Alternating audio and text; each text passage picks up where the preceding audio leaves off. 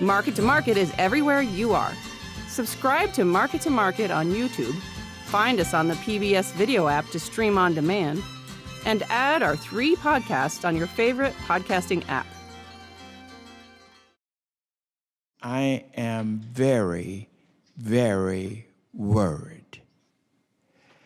I'm worried that we could possibly have a major delay in our food supply chain if we do not address this piercing issue of a need for commercial truck drivers.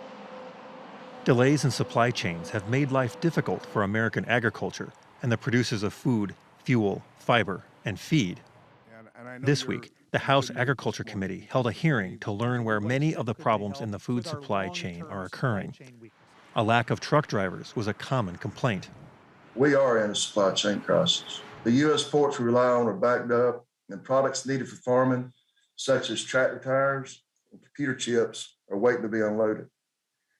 There are not enough drivers, warehouses, chassis, and shipping containers to keep the product moving to their intended customer, which in this case is the American farmer. I believe our economist looks at the number of 80,000 short after the pandemic. A loosening of trucking rules is one solution for moving goods through the food system. Policies enacted during the pandemic are set to expire. What are the potential impacts on the supply chain on everything from cattle processing to stocking grocery store shelves? It's been an incredibly important tool. I was talking to one of our member wholesalers yesterday. It was just remarking at the flexibility that this emergency has given them, has allowed them to get orders that otherwise might have been left on a distribution center dock to the store. Another pinch point in the U.S. supply chain are American ports. International shippers loading ships to Asia will frequently refuse loaded cargo containers in favor of empty containers, which are earning shipping rates multiple times more valuable than containers full of products. Freight rates from the Asia and the U.S. West Coast are currently 15 times higher than freight rates from the U.S. to Asia, creating a clear financial incentive for ships to depart empty, with no U.S. goods on board versus waiting to be loaded.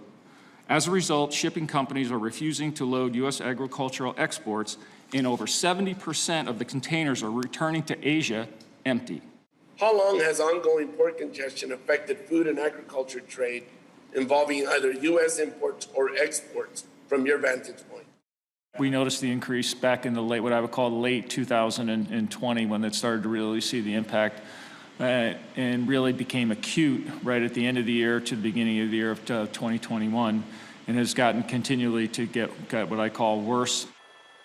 A bill currently in committee will create oversight on the shipping industry, specifically looking for identification of any anti-competitive or non-reciprocal trade practices by ocean common carriers. Companies looking to export their goods welcome the oversight, but are worried that the proposed legislation will take months or years to take effect, doing little to resolve the bottlenecks companies are experiencing today. For Market to Market, I'm Peter Tubbs.